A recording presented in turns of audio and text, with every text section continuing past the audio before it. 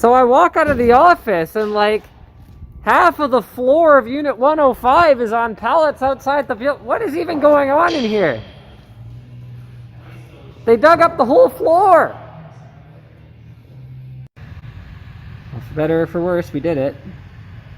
That, my friends, is a water-cooled, what is it, M51, M15, what's it called again? Damn it. Area 51M? That's the one. That thing. Some more progress over here. Basically, the only thing that's going to stay in my office is the old motherboard wall, and everything out here is being repainted as well as part of the office reno we're doing right now. I asked Colin how hardcore of a water-cooled gamer chair we wanted to make, and he was like, yes. So much yes.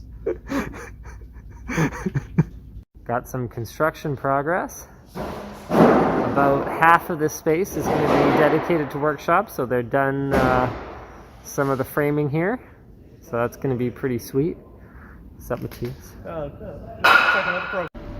Anthony's test bench, now with built-in racing noises.